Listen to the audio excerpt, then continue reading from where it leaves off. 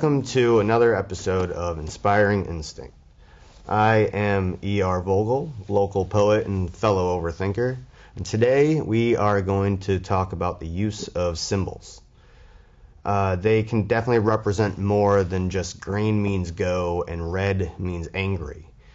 They can also stand for a symbol of community, a sort of sign to bring people together. They can also represent a concept, something in society that's tough to talk about very plainly. Or they can also initiate memory, bring you back to a good moment in time or a person you might have known.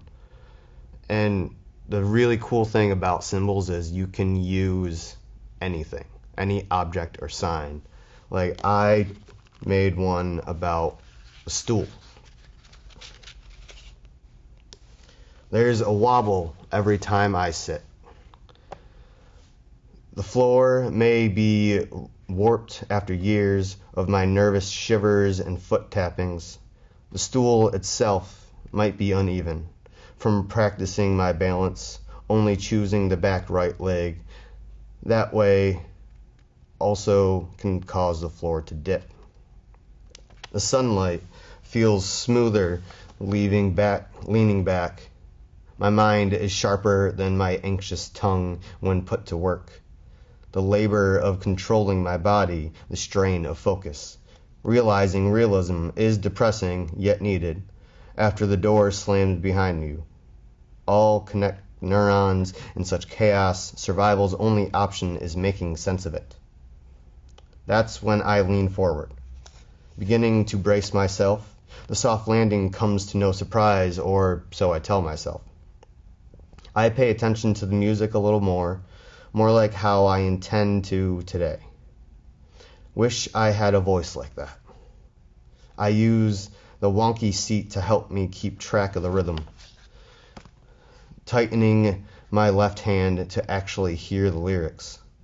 Everything about this track calms me, except the bass line. Makes me want to dance like a jackass, so I do after kicking my stool in such unnecessary enjoyment, but fuck it. The shuffled playlist is about to change. Sing me folk to make me only think. Yell anti-establishment punk at my soul. Test my linguistics, you unknown rapper.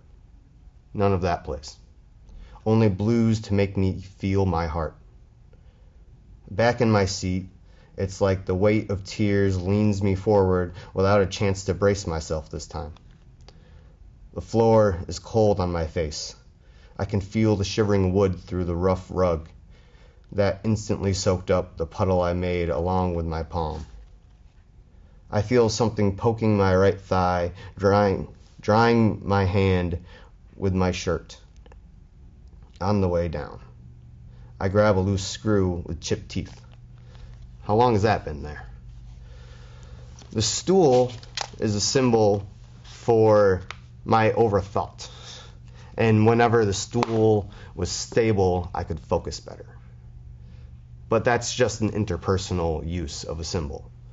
Let's go back to how it can bring a community together. We see this in real life with, religion or politics, or even just your local cafe with the cute little coffee cup outside. You can get a good cup of coffee there. But in fiction, we can use these same insignias or catchphrases as a representation for a thought in society. Like the salute in Hunger Games is a fantastic symbol of rebellion.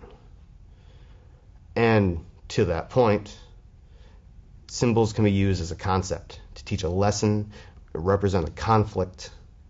The TV show of The Truman Show was simply just a commentary on media itself and the power it has over all of us. We should watch that again sometime. But my personal favorite use of a symbol is with memory. It can be as simple as jewelry, a ring to wear to remind you of the person you care about who gave that to you in the first place. it could also be something to yearn and mourn over. And one of my favorite poets, or is that Jared Singer, uses the metaphor and the symbol of a shower to represent getting over grief. I will warn you, this is a sad one. I think we should redefine tragedy as that which is impossible to get over. Unless you are profoundly lucky, it will happen to you. Holding the body of someone you love who has committed suicide is easy. All you have to do is sit while you wait for the paramedics and hope that you are wrong. Pray that there is still a person to save. When you are in shock, the weight of a torso is negligible. For all the strain it puts on your body, you may as well be on the beach holding a book. On that day, when all your happy daydreams seem tiny and all your nightmares huge, on the day when the worst what if that you can imagine has already happened, when a friend commits suicide, when your stepfather is paralyzed, maybe forever, whatever your tragedy is, please use me as a cautionary tale. Only a madman tries to do the impossible. After her death, I was a madman. I tried to get over her death. Failing that, I did nothing. I sat in my own filth for 3 weeks until a dear friend walked in my room carrying a towel, hoping I was not another impossible task. He said, "You are taking a shower right now." That shower is the hardest thing I've ever done. You can't get over someone, but you can take a shower. And then you can get dressed, and then you can do your laundry, and then you can find your keys, and then you can go grocery shopping, and then it's 10 years later, and they are still dead, and you are happy.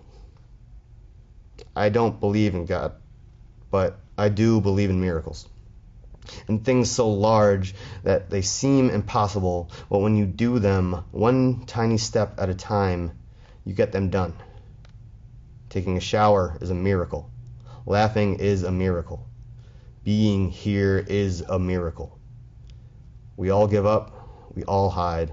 We all wallow in our own whatever awful we have to wallow in. But if you're lucky and you can find a miracle, take a shower. Keep doing tiny things until the world is a slightly less dark place. Now, a shower feels good, but it's just one tiny little symbol of that you can do better. You can take care of yourself. So for today's prompt, I would like you to find an object, any object that brings up a memory. Now, it doesn't have to be as sad as that one, but something that makes you feel just by looking at it. Thank you. See you next time.